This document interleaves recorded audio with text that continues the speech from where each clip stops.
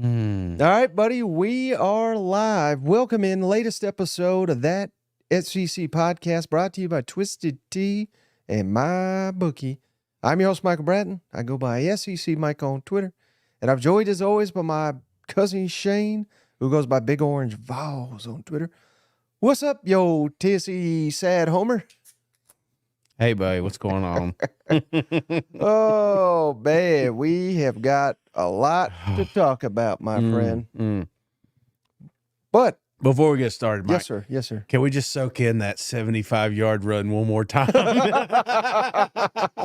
Michael Kelly calls you big sad balls. Oh, my here. gosh, man. My bets are missing, you know. Of course, that's Bot Shane, you know. He's doing his own thing. I thought that was funny.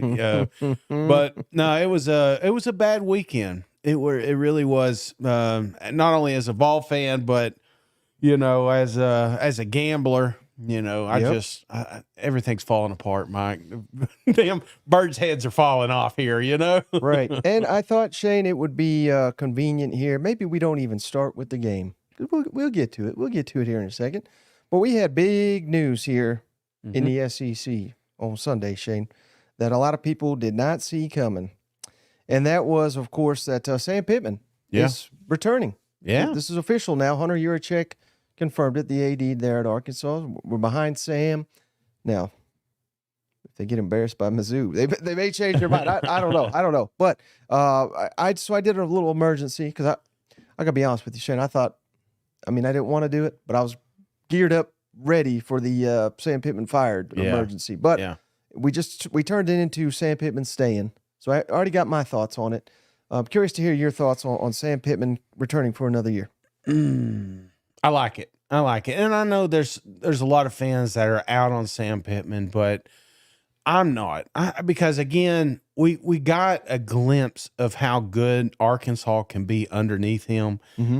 We talk about that, I guess you would say the climax 2 years ago with Texas. It's like great things can happen at this university with Sam at the helm. You know, it just takes the right assistants. It takes the right players. But you could say that about a lot of these teams, Mike. You know, I think there's been a lot of great coaches that have come through the SEC that just didn't have the roster at the time or didn't have the coaching staff at the time. So it's all a gamble, but you talk about somebody that can really ride a hot hand. You know, I think it's Coach Pittman here, man. Yeah, and, you know, something they were asking me as well. Mississippi State jobs obviously open. A&M's open. There's speculation UCLA. Of course, they just beat Southern Cal, so who knows? Maybe Chip saved his job. But you certainly shouldn't make your decision based on other openings. But I think there potentially is something to be said for staying the course. You know, putting confidence in someone that has proven. I mean, this is, you know, people reference at times like, oh my God, this is as bad as Chad Morris. Well, that's because they don't remember. Right. I mean, Chad Morris didn't win a damn SEC game. He's getting embarrassed week in, week. Every damn game he got embarrassed, right? Yeah. So this ain't Chad Morris. So there are worse coaches. This ain't Zach Arnett. You know what I mean? Although Pittman did lose to Zach Arnett, maybe I've hurt my case here. But the point being, Shane, is he has won before. Yep. And I'm not saying he's the greatest because clearly he's got some massive improvements if he's going to keep his job for a while. But, Mark Stoops, I mean, there was time they were ready to run his ass off. And, I'm sure there's plenty of other coaches that Frank Beamer is a classic example. He was awful his first, 5 years at Virginia Tech. Now he's their greatest coach. Right. You know, and I'm not saying Pittman's going to be that down the line, but something to be said for sticking it out. Do you think anything in my ramblings there can convince you that this is the right decision to keep Sam Pittman? Well, again, when I think of Coach, I think of what is he really good at, and it's recruiting. You know, it's believing. I think, one of the things is like, the coaching decisions that he's made. I mean, this is the first time he's ever been a head coach, and I'm not going to, give him an out because we're this far into it. It's not like it was his first year, but, still it's situational that he's learning on the fly here. And I believe he is getting better at, but he just he's got to have some help around him. And I think, when you look at the staff that he assembled right out of the gate, there was a lot of head coaching experience around him. Yep. And maybe that kind of went to the wayside, not having that mentor to lean in on and help him out. So just, I think overall experience would be the first move I'm going to make here this next year. But also, if you're an Arkansas fan, and let's say this Coach Pittman doesn't work out, you've got your AD out here putting his neck on the line, say, hey, I'm behind my coach. Look how much, we just down the street, you got a coach that got fired in 10 games, and Right. then you're saying, hey, no, we're behind you. I think that helps, especially if you're looking for a next hire. The guy knows that he's got a little bit of a runway because look how much time they gave Sam, and I'm not saying I'm saying worst case scenario, you got that you can fall back on. Yeah, Slim says one cold beer, I can get them right back on track. Come on, man. I'm telling you what, if they turn around and start and they pop a 10-win season next year, because you put that schedule up. Yeah. Very, very, very winnable games on there. And if they walk away 9-10 wins next year, then all of a sudden we're talking extensions and kissing babies, you know what I'm saying? So all it takes is one good year. So I'm not going to bury him because of one bad year. Right. All right. So I said all that, Shane, to get to the game. So I wanted to give you a little buffer there, but of course, game of the weekend, yes, it was not the best game, but it was billed as that. Georgia goes into Neyland Stadium and just spanks them Vols, Shane, 38-10. I probably shouldn't even have led with the score. Let's get your thoughts, Shane. I just want to see your face relive that Jalen Wright 75-yard touchdown to open a game. I don't even remember what happened after that. Do you? No. I mean, there's a video floating around and someone spliced the Alabama, going on the field and stuff after that touchdown, because it was, I'm telling you, there for 11 seconds, I felt like we were going to knock down the 2-time defending national champs. I'm so glad I came to this game. And then, boy, you talk about taking the wind out of our sails. Just did that in about 3 more drives. You know what I'm saying? So I don't want to. I don't want to ruin it, but obviously, I'm very, very disappointed with how the game ended. But on the flip side of that coin, I truly think I was watching a potential 3-time national championship team. Oh yeah, they've been calling it for a while. These guys. I mean, it was. Just the efficiency. I mean, we broke a decibel record for the loudest that stadium is, and it cost them a field goal. That was it. They got 3 points out of it. So I was totally impressed with just how relaxed and chill Georgia was in that environment, because it was really rowdy there in the first quarter, and it seemed like Beck was just.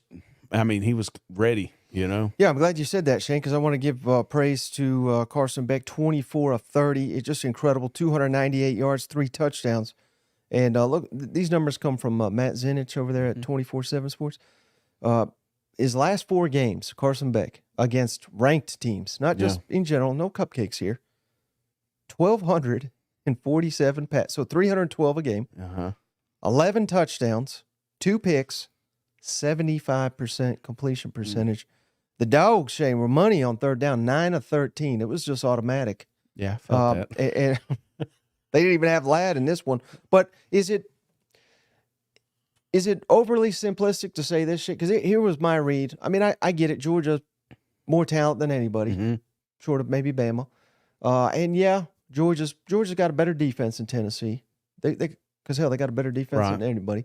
But to me, the difference in this one team had Carson Beck and one team had Joe Milton. And I'm not sitting here, I'm not a Joe Milton basher. I don't think he's awful. I don't think he should never suit up again, all this craziness. But he's, average at best. Yeah. And then you got another guy who's playing at just in the elite level. Right. And particularly on the road. You're talking about the decibel record being broke. Didn't even phase this man. I thought that was the biggest difference. What do you think about that?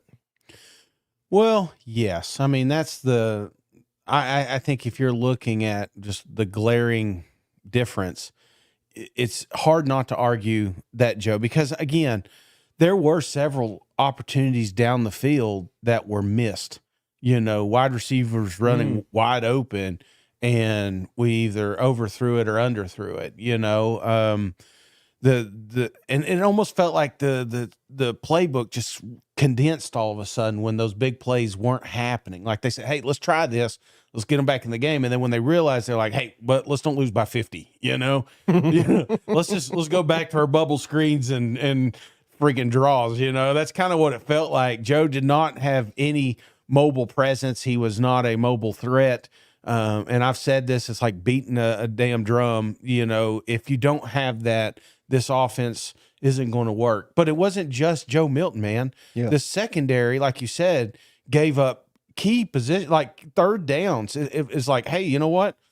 Let's let Bowers have this one. Let's leave the middle of the field open here in the secondary. They've exploited every hole that we had. In a game like this, Mike, it comes down to moments. And if you're the Tennessee Vols wanting to pull off one of the biggest upsets to ever happen in Neyland Stadium, you cannot whiff on those moments. And Tennessee had moments in this game where they could have got back into it. We talked about the interception with the stupid penalty, which if you slow it down, clearly was a penalty.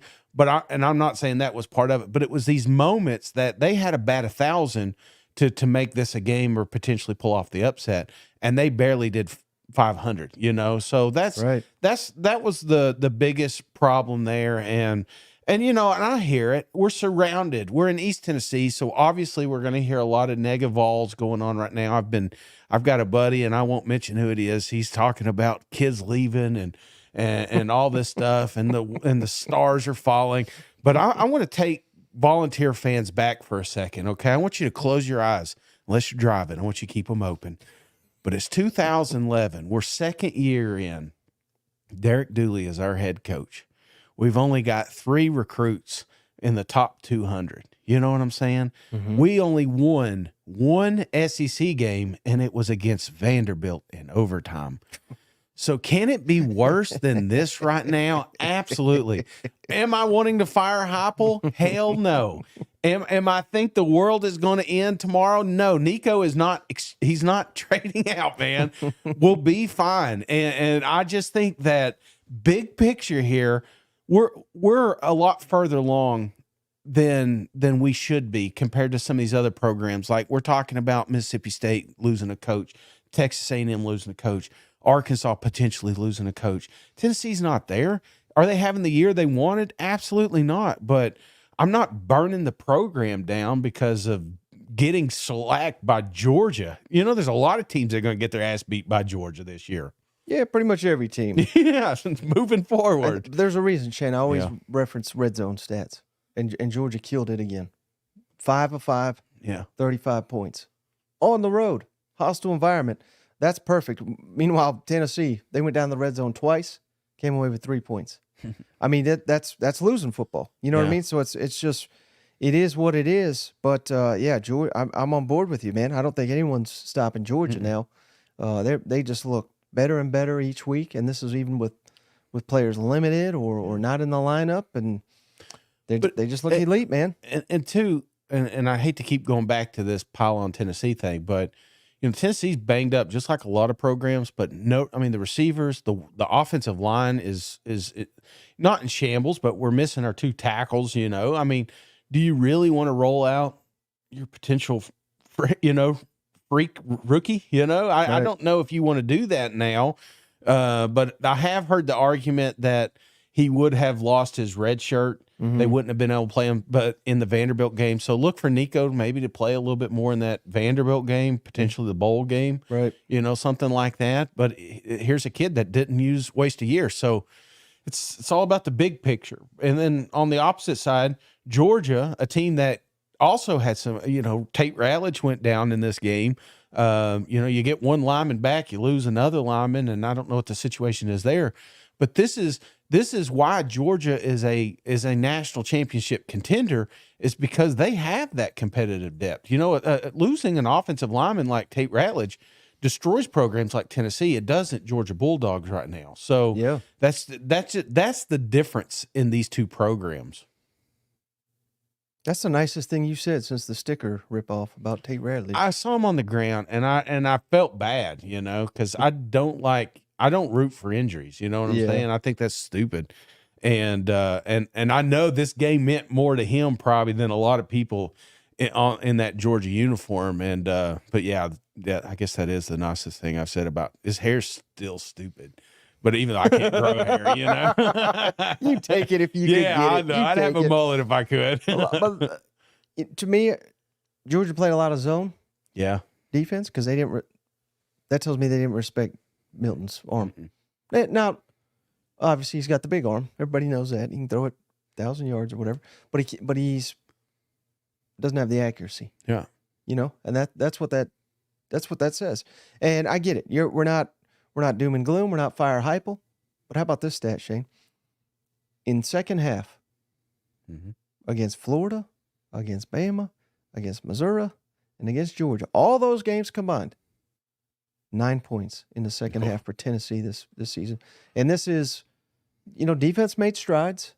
They're kind of falling apart now. Yeah. Because I don't think they have crazy depth or anything. But they got some good players. And I can't believe people don't realize jokes, Shane. But I did throw out Tennessee's schedule, updated with the win-loss. I said, they haven't even given up 40 points yet. This is a improvement. You know what I mean? And people are like, oh, my God. Like, that's the joke, people. They're getting their asses kicked here, but at least they ain't gave up 40. But the point being, Shane, I don't think it's the defense's fault as much as people want to make it out to be. Again, Georgia did whatever the hell they wanted to them. Yeah. But you can't have 9 points in the second half against Florida, Bama, Missouri, and Georgia. I get it. Those are good teams. Yeah. But this is supposed to be a high-flying offense. Yeah. That's supposed to be the bread and butter.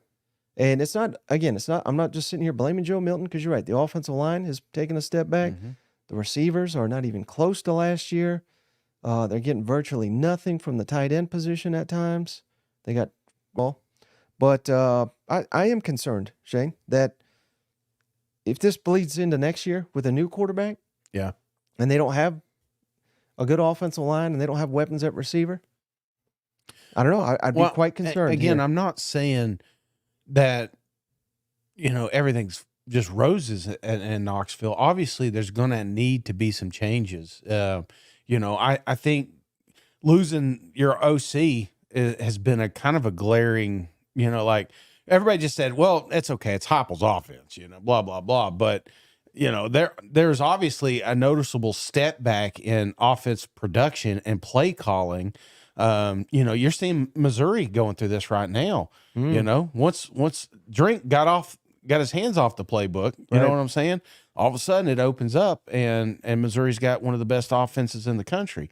So I think Tennessee's kind of in the similar boat, but it's not something you can fix week 11. This is something that going in, they kind of are who they are at this point. This is it. And I think that's where we're at, same with Joe Milton. It's like, well, yeah, maybe Joe Milton it shouldn't be the quarterback right now, but what the hell are you going to do? You're just going to roll Nico out in front of Georgia, Right. I don't think that's the move either. But, now that the dust is settled, you got Vanderbilt coming up. You can close the season strong, end with a bowl game. There's still good things that can come from this. But I'm kind of in that camp right now. Let's don't worry. This year's done. Let's worry about keeping the kids that are on this team. Let's worry about recruiting when we got recruits there, let's show them what we're dealing with, what we got. We just need a few more pieces, Mm-hmm. All right, Shane, well, let's move on. I know it pains you to move on from that game. Hey, well, before we go, I did want to say, saw a lot of great folks out there. A lot of cousins floating around. I got some photos here that you took. This is from you in the stadium here. Yeah. Look, you were happy, so this must have been before kickoff here. Yeah, I was here's you at tailgating here. Drinking some cold beer. Met a lot of great cousins out there. And here's you with Grant. I'm throwing up you and Grant here. Me and Grant. Yeah, I'm the one on the left. A lot, a lot of smiles pregame. A lot of smiles in the pregame. Absolutely. No, it was a great atmosphere. And had a blast up there. We went up to Circle Park. Like I said, we drank some cold beer, hung out with some really cool people. And Met a lot of people in the game too, so obviously, it hurts a little bit more. It's been a while since I've been to a game. The last one I was at was a Tennessee Ole Miss. So apparently I just love finding these heartbreakers, and go to. No mustard, no golf balls here, but it stings a little bit more when you paid all that money to park there and to go into the game and pay $14 for a damn beer, Yeah. It stings a little bit more when you're walking back to the car and, in the fourth quarter because you want to beat the traffic, So, but at any rate, man, it was fun seeing all those guys, and I appreciate them coming up. Oh, one thing I almost forgot. Yeah. Thoughts on Dolly? Did she? How was Oh that? my God! If anybody needs to get fired before the coordinators, whoever's over that mic needs to get fired. Here we got so pumped up. Dolly coming out in the second, I think it was second quarter or something like that. Peyton Manning leading her out, and we couldn't hear a damn word she said. Really? Nothing. The mic was turned off. You may have heard it on TV. Yeah. But was it, huh? in the stands, you couldn't hear anything Dolly was saying, which is terrible. Terrible. But I wish I could. I mean, I got to see Dolly and Peyton. I mean, you talk about the Must have dynamic been, duo there. Tennessee's offensive coordinators. Been fired. Somebody got fired. Somebody got fired that night. All right. This was the real game of the week, Shane. Missouri, 33, Florida, 31. What a game. Back and forth, back and forth. I don't know if you saw this, Darius Robinson, outstanding defensive lineman. He took off Robinson on his nameplate and he put Mizzou, final home game. Stuff like that. I just That's think cool. It just means more to him, clearly. Yeah. But man, I mean, just so many things can be said about this game. Cody Schrader was just beast mode in the first half. I mean, obviously Brady Cook clutch as hell in the end there. Luther Burden doing Luther Burden things, 9 catches, 158 yards. Graham Mertz, awful to see him get hurt. He likely out. I don't know for sure, but they're saying displaced his, I think, collarbone or something. I mean, very unlikely that we'll see him again, and that's a damn shame because he smashed all the preseason. My expectations in particular. He was a gamer, man. 183 yards, 2 touchdowns, did have a pick. Florida outrushed Missouri, Shane, 261 to 177. Knowing that, I would have thought Florida won the game. They damn near did. Yeah. But in comes backup quarterback Max Brown. I thought he had one fumble because it was clearly his first meaningful action, but and obviously you can't have, and it was in the red zone, so that was bad. But the game was not too big for him. I mean, hell, he led a game winning drive. Yeah. But the defense didn't hold up their end, of course, and 3rd and 8 and 4th and 17. 4th and 17. That'll be one that lives in lore for both fan bases. You know what? And then Mevis kicks the game winner, gets the Gator chomp. Yeah. What a game. What a game. How do you and I don't want to pile on the Gators, because I know they've had a rough year, but how do you give up that many yards on 4th down to Luther of all receivers? Like, if you were just to pencil in like one guy we should probably cover, and I know it's easier said than done, but surely a group of you can handle number 3. You know what I'm saying? And there was nobody around him. I think he even gained 10 yards beyond that. You know what I'm saying? I've never seen anything like it. And I kept scratching my head in this game thinking, was Missouri overlooking Florida, or is Florida playing better than I thought? I kept going back and forth there. And, obviously losing Mertz hurt, but, backup came in, looked pretty damn good. Yeah. I'm going to say, in fact, it was almost, I don't want to say better, but you know what I'm saying? Like, it was like, it added something, especially his legs. Yeah. And it makes next week very intriguing because obviously they're fighting for a bowl game. And don't forget, Florida State also lost their quarterback. Right. So that got a little bit more interesting. But this game, Florida had many opportunities to win it, but Missouri just wasn't going to let it happen, And so I was just trying to figure out throughout this whole matchup, was Mizzou sleepwalking or was Florida just dialed in? No, I give credit to Florida. Yeah. I think they're playing their asses off. Absolutely. Now, they don't have a defense, clearly, but they got a lot of young players. They're banged up. So, I mean, we can sit here and make excuses. But also, Missouri's very good. Yeah. I mean, this was two teams going toe to toe, and either one could have won this game by any key play goes one way or another. You know what? Yeah. So, and to your point, the backup Max Brown looked really solid. I think a lot of that is opponents not having a ton of film on him. Mm-hmm. So I'm not trying to take away from him, and it's not like Florida State. They got to see him for a quarter, and they're like, "We got him." You know what I mean? That's not going to happen either. But, they got a 5-star quarterback incoming. They got Max Brown coming back, obviously next year. I'd be pretty happy about that. And I get it. We're sitting here talking up Florida, and they lost. That's not the expectation in Gainesville. But the more I see of this team, the more impressed I am with Billy Napier's system coming together. Yeah. With the offensive line's been banged up. Yeah. They only have they have 2 good receivers. Yeah. But those are about the only difference makers they have on the outside, and they're killing it. Their running backs are killing it. I mean, I'm seeing the blueprint. Yeah. Unfortunately, they keep losing though. So, I mean, this could be one of the most. I'm not even trying to troll them. I know I'm a big troll, but this could be like the most impressive 5-7.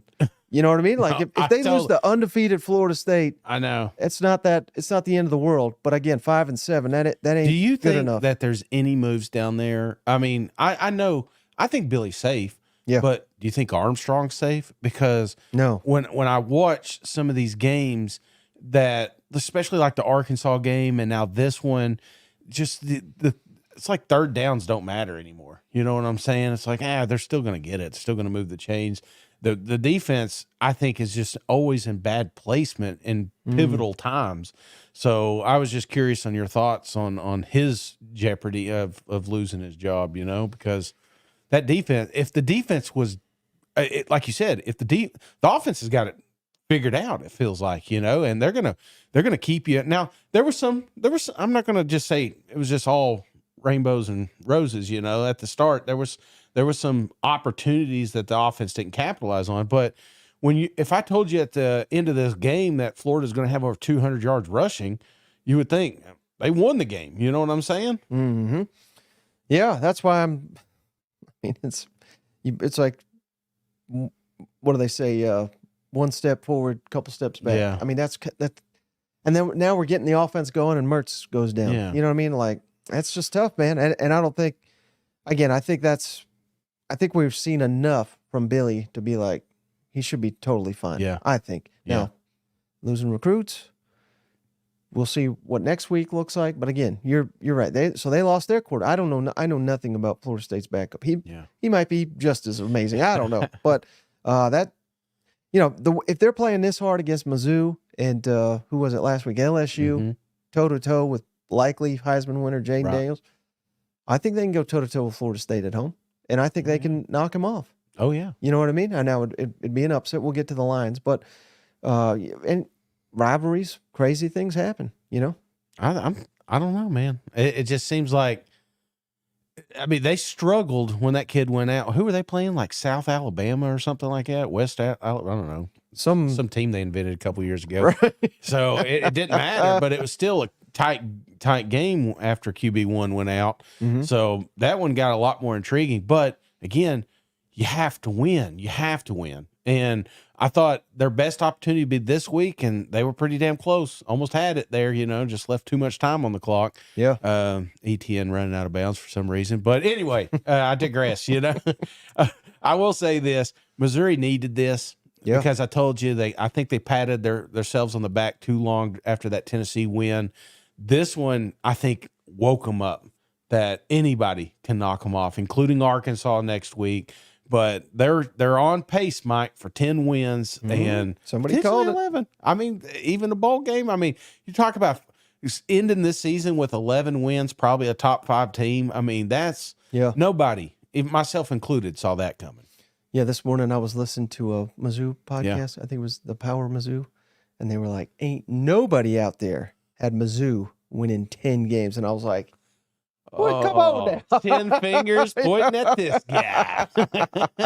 But something that also they said that I wanted to repeat. I wanted to credit them for it. But this was a Missouri team that last year loses these games. Yeah, They lost many of them like this. This year they're winning them. They can win it with passing. They can win it with rushing. They can run it with the defense. They can win it with special teams, kicker and fake punts. And Yeah.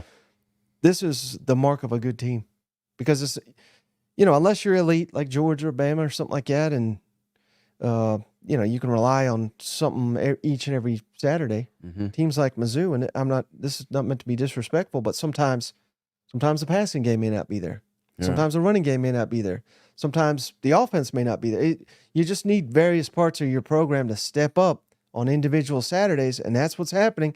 And that's how you get to 10 wins when the media overall picked them 6th in the East. Mm-hmm. Not you and I, but the overall You're right. SEC media 6th in the East. They're about to finish 2nd, and arguably the 2nd or at worst 3rd best team in the entire SEC. Yeah, is the Missouri Tigers. So hell of a season, and I think Drink just locked up SEC Coach of the Year. What's your thoughts on that? Yeah, without a doubt. And it's a shame that they don't let 12 teams in this year, Mike, because I'd still love to see them play teams like Alabama or Ohio State and just see what they would do because, this is a tough group, man. And one thing I love about Mizzou is just how they play together.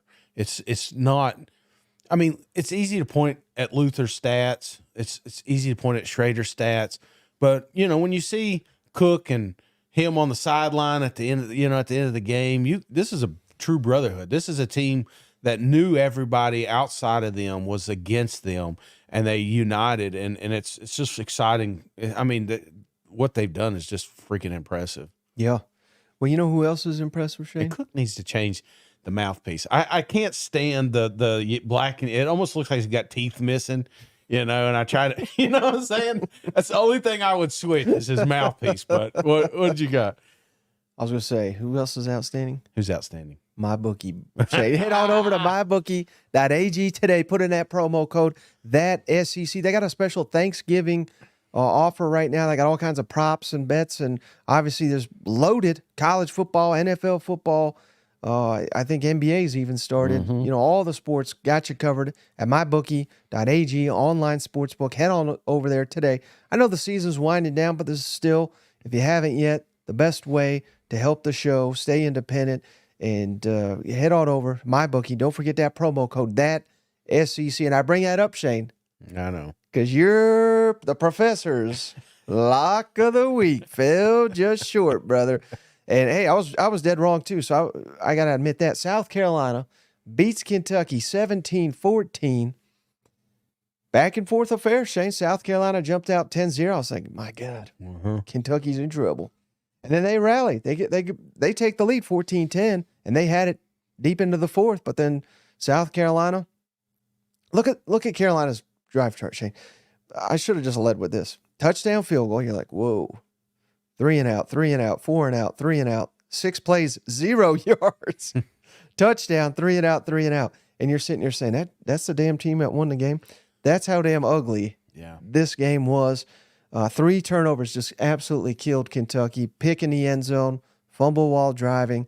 And then at the end, I don't know if you call that a pick or a fumble, but Leary got hit throwing it and they caught it. But, I mean, that's how you lose a damn game like this.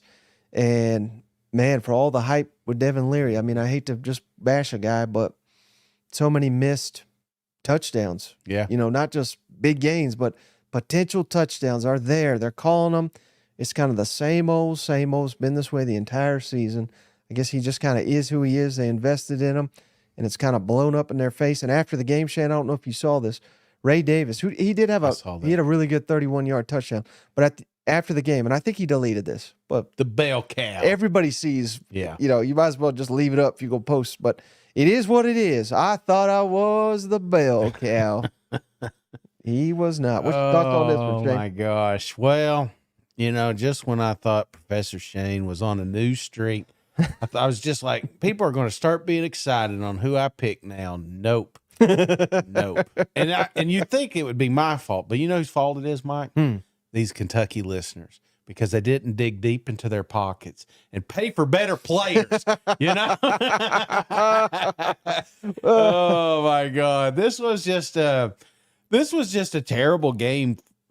I mean, you literally got beat by 2 people.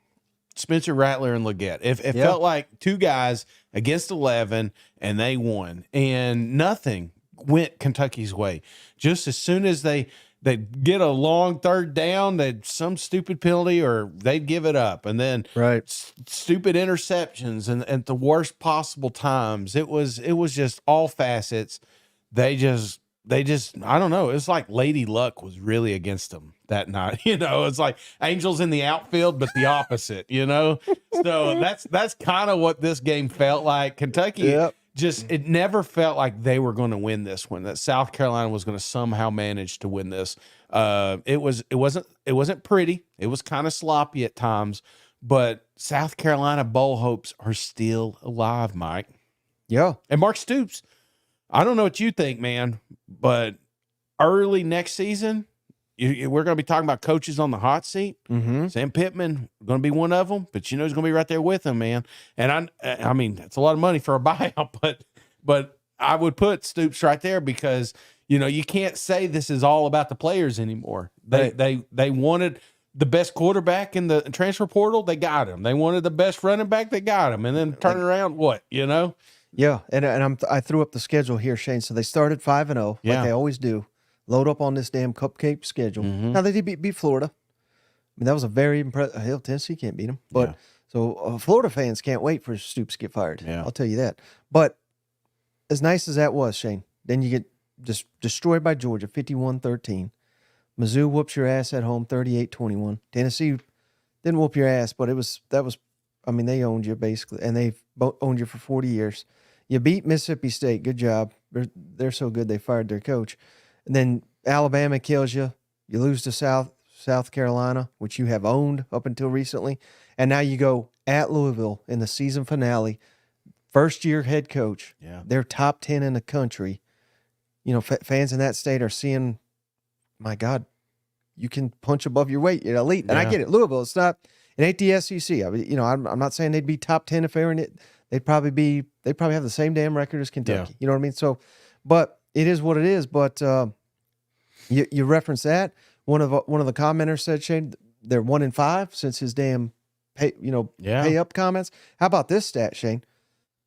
When they signed Mark Stoops to an extension, Kentucky is 7-8 since they've made him the 8th highest coach in the country. Damn. And they even hid that they gave him that extension. Yeah. If you remember, because they lost to Vanderbilt the next day, and they're like, let's hold off on announcing this for it was like when you have to hide, you've signed your damn coach. That's just awful. That is awful. And I'm right there with you. I mean, it's a tough spot, Shane, because I think he is very secure with that money, and no one's going to, I hate to say it, but people are tired of me talking bad about Mark Stoops. So he's average. Yeah. Which is fine. Kentucky, for their history, they've been very poor. Right. So he is an upgrade.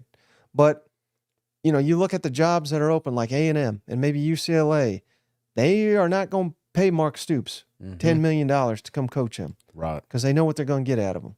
And I'm trying not to be disrespectful, but he is what he is. And I think they're stuck with him because I don't think they're going to fire his ass because he could get a lot worse. And I don't think they're going to do what like Mizzou's doing, at least not consistent. I know they won some 10 games, but I don't know. They've never beat Georgia. They don't beat Bama. They barely ever beat Tennessee. And I don't know. This is a weird place to be in because it's not awful. Right. It could be way worse. Yeah. But it could be better. I don't know what to do here. Well, and you can't, I talked for 10 minutes about all the injuries that Tennessee has. You got to acknowledge even South Carolina was extremely banged up in this one, Right. and they have been all season long.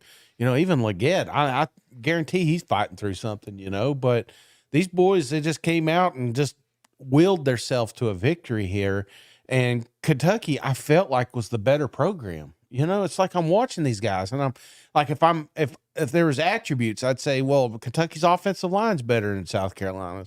Kentucky's wide receivers as a group is better than South Carolina's.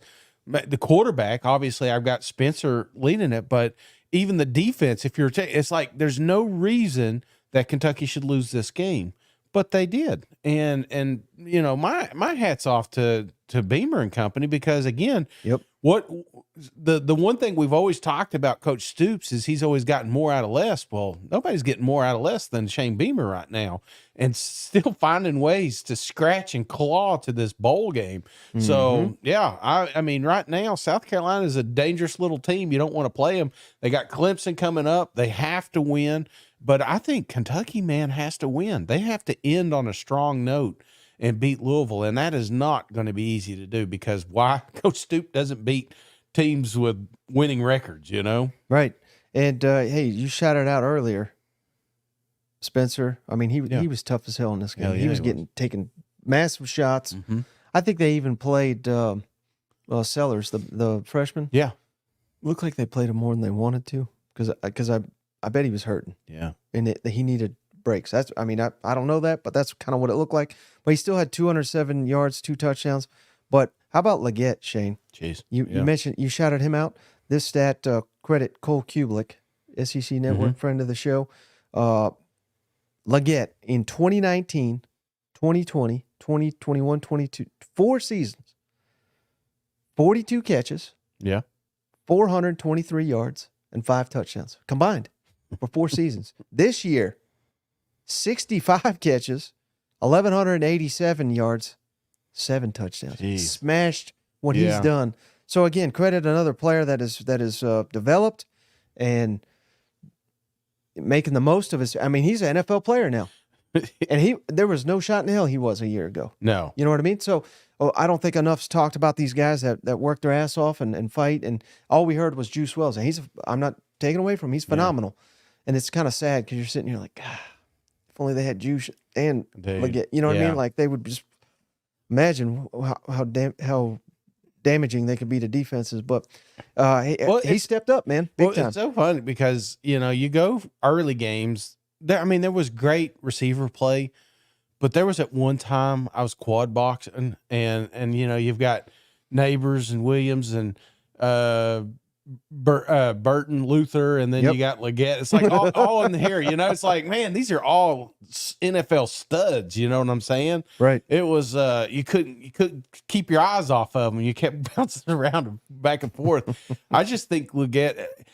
a guy came out of nowhere, but again, that's one of the things that I don't think Beamer gets enough credit for.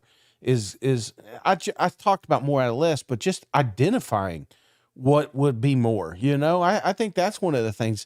There's been a lot of diamonds in the rough that's been discovered over there in Columbia. Now, obviously they've been thin and they've not been able to, like you said, field a full team and put it all together. But what if they do, what if the Sellers is legit and this team just takes that step forward and maybe hits the transfer portal hard? This is a program that I think young kids are going to want to be a part of still because of the culture that they've created over there. So I'm not completely out on South Carolina, and I'm not completely out on Kentucky. I just think that they have got to take some long looks in the mirror, man, and there's got to be some changes because if you keep coming out and doing the same shit over and over again, you're going to keep having the same results. So even though you're stuck with coach, I do think that somebody in that coaching staff has said, hey, man, we got to mix things up. We got to do things a little different here. Yeah, and final thing I got on this game, Shane, to your point, they were 2-6. Yeah. Dead in the water. And in today's modern college football, a lot of teams would have packed it in. They would have quit, and God knows, players shut it down and all that BS. But not the Gamecocks. No, and the deal's not done. Yeah, the biggest one's yet to come. So, but they get it at home, and that crowd's rocking. I mean, now I saw some pictures saying some of them weren't showing up for that game, but that's Thanksgiving. Come on. All right. Oh man. The rest of the slate, Shade, it was Cupcake City. This is the rest of the show. But there was one cupcake that stood out, Shane. One more than the others. New Mexico How much State. did that cost us? $1.8 million, Shane. 1.85, excuse me. New Mexico State whipped Auburn 31-10. And this was not like some fluke or something, Shane. This was one team dominated. One team was ready to play. And I'm sure if they met, 9 times out of 10, Auburn would win more of them. So I'm not saying it was lucky or anything like that, but they wanted it. Yeah. And the key to this one, Shane, 4 drives that New Mexico State, 11 plays, 75-yard touchdown, 11 plays, 53 yards and a field goal, a 10-play drive, 80 yards touchdown, 16-play drive, 83-yard touchdown. If you would have told me, Shane, that Auburn offense struggled, I would have bought that. Yeah. Because they've kind of been up and down all year. But if you would have told me the defense, they went up and down the damn field on Auburn's defense, I would have called you a damn liar.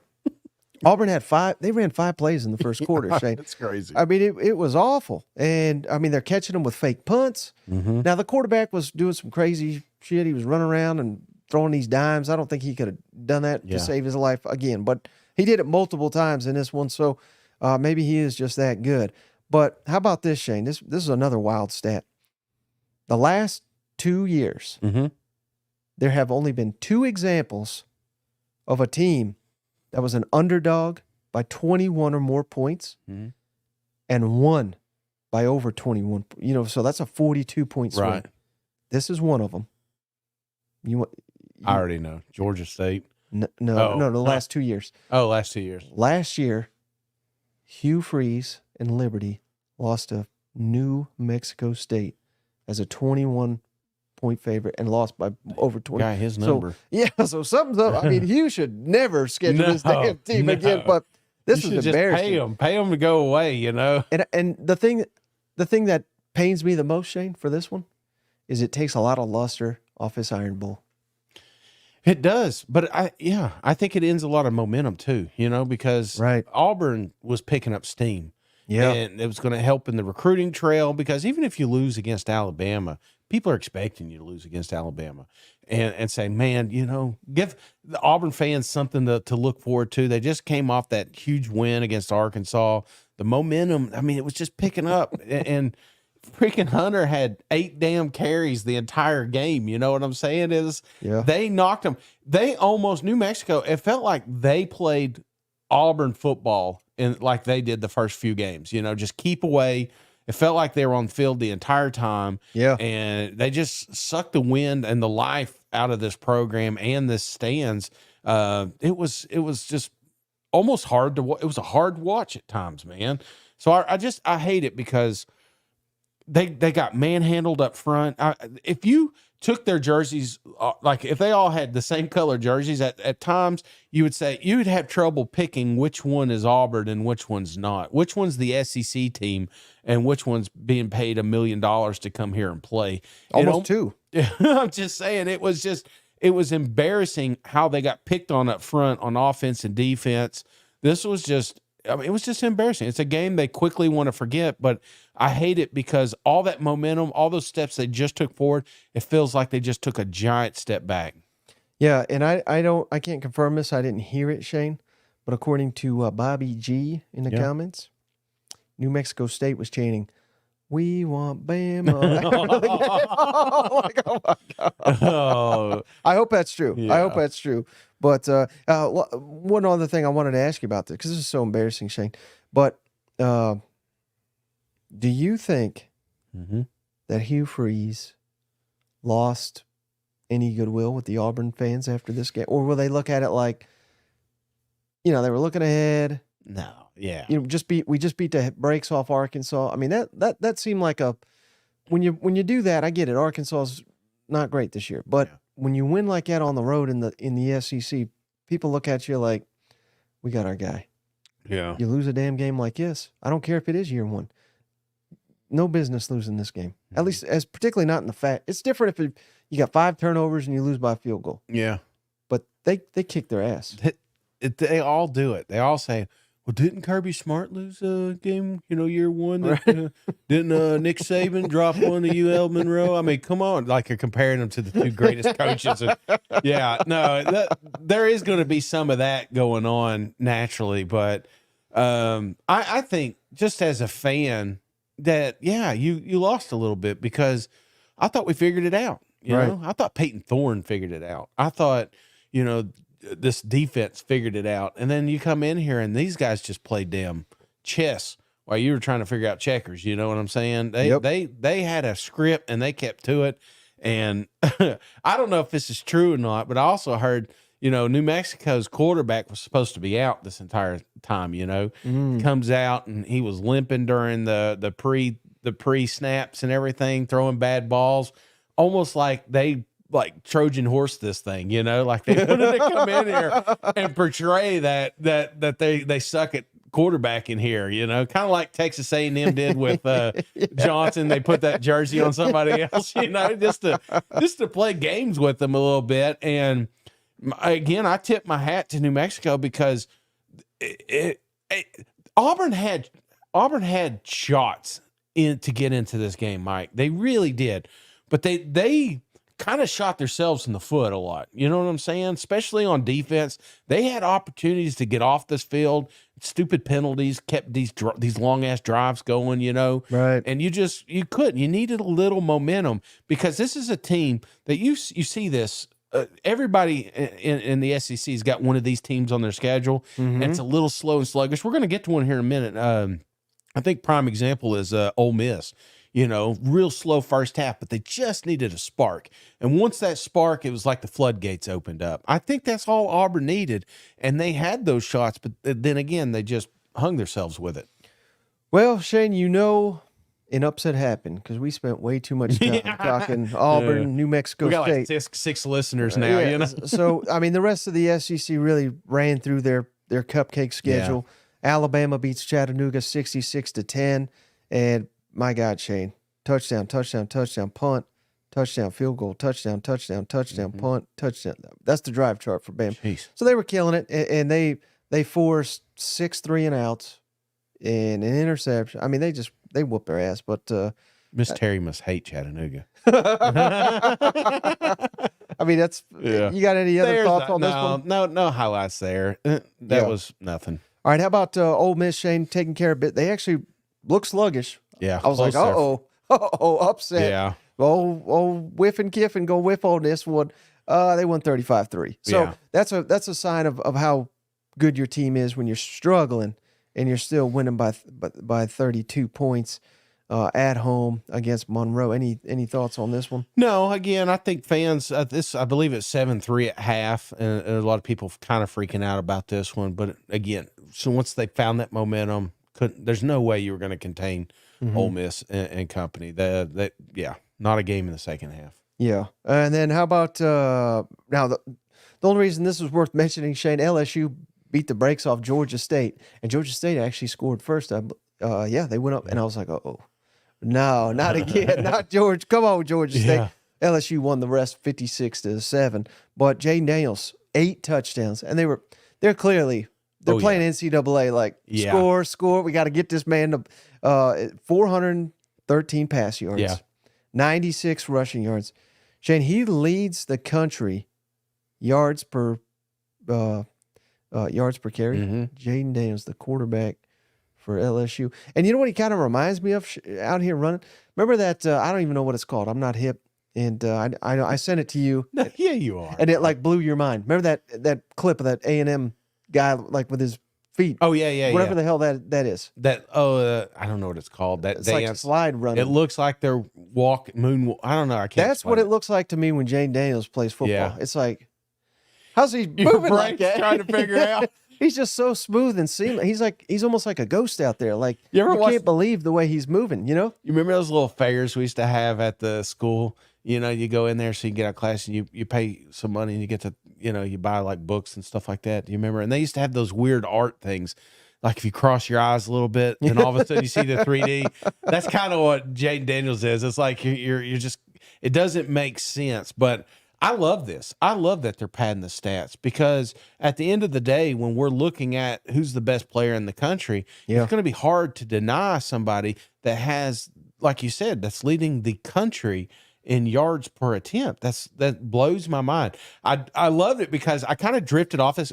Like once it didn't become a game, there for a minute, I was like, who the hell keeps scheduling Georgia State? Because I think it was 14-14 there for a second. And they were going to stop them. But then when they took off, I kind of drifted off from this game. But then I was looking up in the late, I think it was in the fourth quarter, Jaden's still in there. I was like, damn, they're padding stats now. Oh yeah, they clearly were. So that may, I don't know. I mean, I saw. That's okay. I saw another stat, Shane. Bo Nix at Oregon. Mm-hmm. That's kind of his main competition, I guess. Yeah. I haven't watched them play, but he's got better passing numbers, obviously, than Bo Nix. And Oregon's number one running back, Yeah. he's got better rushing stats, yards and touchdowns than their number one rushing back. I saw that tweet you put out earlier about the clipboard. So I can't remember. Yeah, so some damn, Pac-12 reporter said, this is exactly, John Casano, shout out John for this idiotic take. And he says he's a Heisman voter. They should take this damn man's vote away. This is who's voting. Stop with the Jaden Daniels Heisman hype. He'd hold a clipboard at Oregon and Washington, according to John Casano. And I said, that's an odd take. We've seen Bo Nix against SEC defenses. Just saying. Ooh, come on, Joe. Oh, come on. no. That's crazy. That's crazy talk. All right, how about Arkansas, Shane? FIU. Beat FIU 45-20. Mm-hmm. And this was another one where FIU jumped on them. I was like, oh, God, Sam. Yeah. I loved covering you. Yeah. Well, enjoy the beers tonight. But no, Arkansas dominated. KJ got in a rhythm. He's now the all-time leading passer and all-time leading touchdown thrower in Arkansas history. So they got that going for them. But they got the run game going. 2 defensive touchdowns by Walcott, the defensive back. One was just an incredible. It's like I don't know if it was an interception or a strip. Mm-hmm. It was like both at the same time, Shane. But this is what you want to see. I mean, again, we're not crowning anybody for beating FIU, but this is the Arkansas we thought we were getting. Yeah. And again, fun. Fans had fun. Players were having fun. I feel like they've been a little too uptight here lately. And again, it is FIU, so we're not having a parade for them or anything like that. But it felt like they were loose and they played loose. And getting that running game going is pivotal in Sam Pittman's football teams, and doing that, I think that opens up everything else around them. Mm-hmm. And then Mississippi State, Shane, Will Rogers back in the fold. I love to see that. 41-20. This is another one. They got down to Southern. I was like, but here's where they won this game, Shane. Rushing. Yeah. Mississippi State 238 rushing yards. Southern 105. Also Southern 2 turnovers. Mississippi State 0. And apparently, I hope video footage of this leaks or something. I think it will because it's Egg Bowl week. But apparently, Will Rogers got in front of the team, and they all basically said, we're ready to run through a damn wall going to this Egg Bowl. So he's probably still – he was only 12 of 27 for 144, but 2 touchdowns. He's probably still hurt, and he's gutting it out because he wants to play in the Egg Bowl. Who knows? Maybe his last one. I don't know. But, again, you get some momentum. Yeah. They're still fighting for a bowl. Absolutely. They got to beat Ole Miss, obviously. It's at home. This game means more than any in that state. I'm fired up, brother. I'm telling you, it just got interesting. You know what I'm saying? Right. We were on Will Rogers at the start of the season, but we see what life is like without him. And we're glad that he's back. And I think that this Egg Bowl just got a lot more interesting. I'm not saying that this is a marquee game or anything like this, but this was a game that I think this team needed, just to kind of prepare themselves and mentally that they can beat a team like Ole Miss. So, yeah, I think this is a good coming out party for Will Rogers. And then last one, A&M beats Abilene 38-10, Shane. And it's Abilene, so, take it with a grain of salt. Yeah. But the more I watch of this, Jalen Henderson, this quarterback, I mean, he's pretty money, man. And it just looks like, man, if only A&M had a mobile quarterback this whole time. You know what I mean? And again, Connor Wigman, he's great. So I'm not calling him out. Hell, I was saying they're going to win the damn SEC when he was in there. Right. So it would be foolish for me to say that he takes away from the team. But this Bobby Petrino offense really hits another gear with a mobile quarterback, and that's kind of clear. So credit to that guy. I mean, hell, he's another one. I didn't even know who the hell he was till about 3 weeks ago. Yeah. And he's lighting it up. Moose Muhammad, 4 catches, some incredible catches. There's one floating around that just didn't seem real, Like, you thought the catch was impressive, and then the hurdle, it was like, no, they got, that's why we've been so hard on Jimbo down there, because they've got some freak athletes. Yeah. And we're starting to see them shine a little bit. And so they got LSU this week, Shane. And suddenly it's a little interesting here. But let's get into that real quick. Rivalry week opening line, Shane, the best week absolutely of SEC football of the year. So many. Now, if it ain't a SEC game, it's an in-state key rival game here. So let's go just in order of, obviously the dates, because we got a Thursday game on Thanksgiving. Yep. Ole Miss at Mississippi State, the Egg Bowl. What do you think the opening line is? I think Ole Miss 13. Nailed it. Oh, really? Yeah, it makes me think you've already seen it. No, I didn't cheat. I promise. You would think naturally it'd be higher, Right. but that's because it's the Egg Bowl, and this game's always coming down pretty close. So this is an interesting one to gamble on if you think. Leaning toward Mississippi State. Yeah. Now, how about on Friday, Shane? I'm really looking forward to this one. Missouri at Arkansas. Mm-hmm. And again, clearly, Missouri's much better this year. Yeah. And not only that, but they've dominated the series. But it's in Fayetteville, even though it hasn't meant much to Arkansas this year. But you have to wonder, Shane. I mean, these are just college athletes, you got to remember. And they're hearing all this stuff, same as we are, Sam Pittman. And they're probably hearing it more because their families, their friends. Sam, what'd you hear about Sam? Is Sam Pittman there? Is he getting fired? All that. They put the kibosh on all that. So maybe now a little bit more focus, maybe a little more energy. Now, again, if they get their ass kicked here, maybe we retract bringing it back. But I think it'll bring some passion, some heat. They'll want to be like, hell yeah, I want to play hard for this, man. So taking that all into consideration, I almost previewed the damn game. I'm so fired up about it. Opening spread prediction, Missouri at Arkansas. Give me Mizzou 11. 7.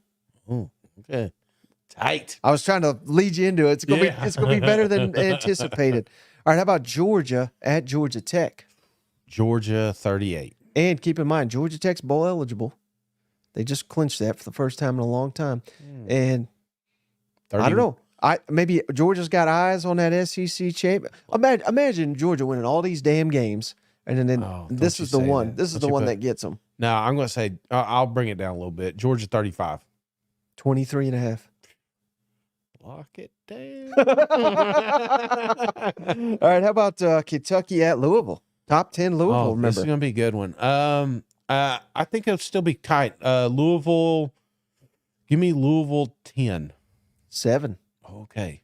And they've clinched, I believe, a spot in the ACC title game. And they're going to play Florida Kentucky State. Needs this. Man, they need it so bad. They need it bad. Yeah. Florida State, the other team in the ACC title game. Now, their quarterback's out. Yep. Done for the season, unfortunate. At Florida, who's their quarterback, also out. Opening line for this one. No respect for them Gators. I'm going Florida State 14. 4. Man, I don't respect. Is that it? Just 4? That's what I got opened at. Yeah. I like it. Clemson at South Carolina. Tennessee was 9.5 on Georgia, so maybe Vegas don't know what they're talking about. How about Clemson, Shane, at South Carolina? Clemson 4.5. 6.5. These are tight, man. These are tight. None of these games are on at the same time, are they? I want to watch each one individually. Most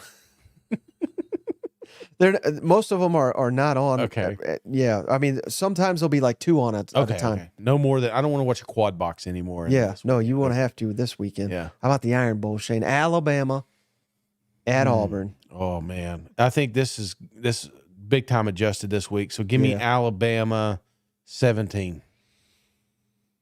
Do you know what it was 2 days ago? What? 10. What is it now? 15. It's a big move, man. Yeah. A lot of money going on them. Yep. How about A&M at LSU? A&M at LSU. Ooh. LSU 8. 11. I feel like they got that one wrong. Yeah, they got that one wrong.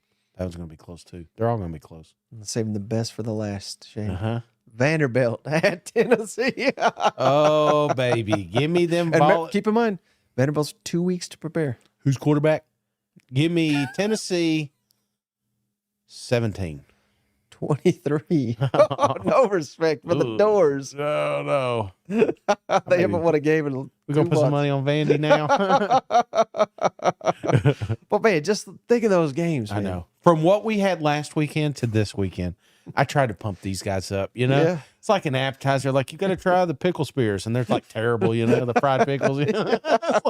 It's for like one sport to another. Yeah, you know? absolutely. By the way, I had fried pickle spears. Have you ever had that? Not good. Like, No. the sliced ones are good, but like an entire pickle spear, it's Oh, like, gotcha. yeah, it did not work out. I know. Yeah, last time we were in Nashville, we had an Why would you experience do with that? It's just pickles, laziness. fried pickles. Remember that? Slice them bitches. Sorry. Sorry, Mom. Didn't mean that word. But yeah, I mean, Thanksgiving, it's going to be great. All this Yeah. football action. Cannot wait for it. Any closing thoughts before we head out here, Shane? Well, I'm already talking food, Mike, because Thanksgiving's in the air.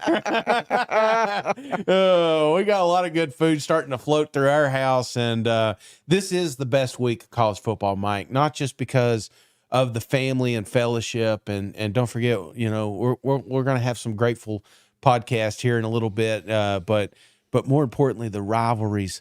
And it's the last week. You know what I'm saying? Yep. Like, some of these guys, some of us fans aren't going to get to watch any more football till next year. So soak it up. This is it, man. And it feels like the season has flown by, man. It feels like it's flown by. But I'm not going to make it. We're going to slow it down this week because it's gratitude week. Thanksgiving weekend. So I'm excited, man. Yeah. You could tell. Yeah, I can't wait for it. Well, I appreciate you, We'll buddy. start the diet next week. You know? I appreciate each and every one of you for hanging out, especially those on the live show. And we'll catch you on the next one. All right. See you guys. Go Vols.